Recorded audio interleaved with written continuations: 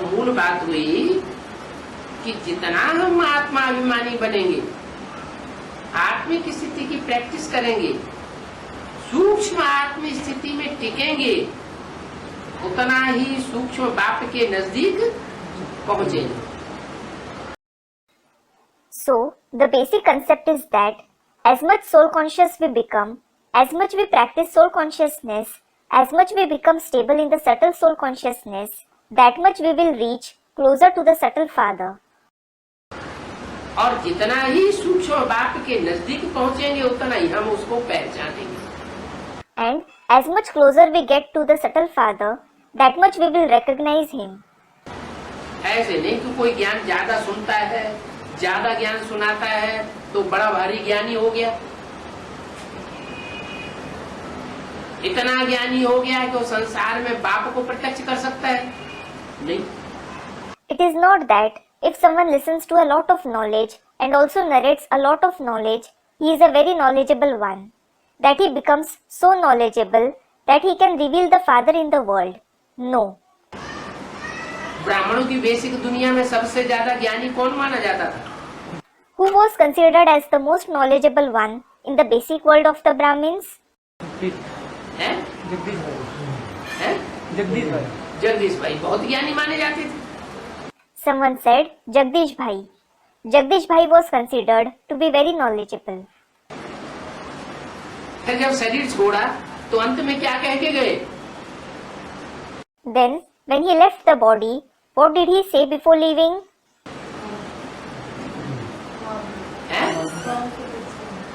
ये कह के गए कि हमने जो प्रतिज्ञा ली थी कि मैं बाप को प्रत्यक्ष करके छोड़ूंगा, बाप की पूरी प्रत्यक्षता करूंगा। इस बात में मैं फेल हो गया, मैं बाप को प्रत्यक्ष नहीं कर सकता। He said this before going. The vow that I had taken, that I would reveal the Father at any cost, I will reveal the Father completely. I have failed in it. I could not reveal the Father. तो ज्ञान जल है और याद भोजन है। So, the knowledge is water and remembrance is food. ताकत जल में ज्यादा होती है या भोजन में ज्यादा ताकत होती है? Does water have more energy or food have more energy? भोजन खाएंगे तो ताकत मिलेगी, If you eat food, you will get energy. पानी ही पानी पीते रहेंगे तो ताकत नहीं मिलती। You won't get energy if you keep drinking only water. फिर Then, अच्छा पानी पीना बंद कर देते, okay, let us stop drinking water. भोजन ही भोजन खाते रहे तो गर्मी चढ़ जाएगी। If we keep eating only food, heat will increase in us. तो वो भी नहीं चलेगा। So, even that will not work. Balance रखना, We have to maintain balance. भोजन भी लेना, याद में भी रहना और साथ साथ ज्ञान का जल भी ग्रहण करना। We have to eat food, that is, stay in remembrance, as well as drink the water of knowledge. लेकिन जल को प्रिय महत्व इतना नहीं देना कि बस ज्ञान ही सब कुछ है।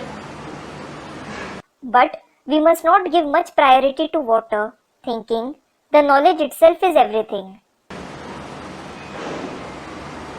नहीं, No, ज्ञान भी सब कुछ नहीं है, knowledge itself is not everything. ज्ञान की दूसरों की सेवा करना भी सब कुछ नहीं है, और ज्ञान की जो धारणा की और दूसरों को कराई वो भी सब कुछ नहीं है। Neither is doing the service of others through knowledge everything, nor is imbibing that knowledge and then making others imbibe the same everything. तीनों सब्जेक्ट में अगर कोई फेल भी हो जाता है, लेकिन याद की सब्जेक्ट में अगर परसेंटेज सबसे जास्ती चली जाती है तो अंत में रिजल्ट क्या निकलेगा?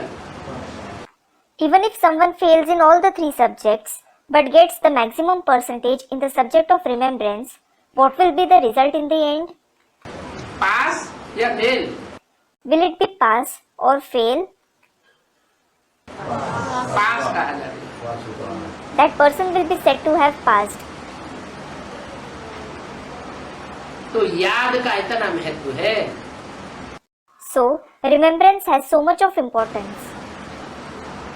मूल बात है बाप को याद करना। The important thing is to remember the father. ज्ञान तो साधन है, क्या?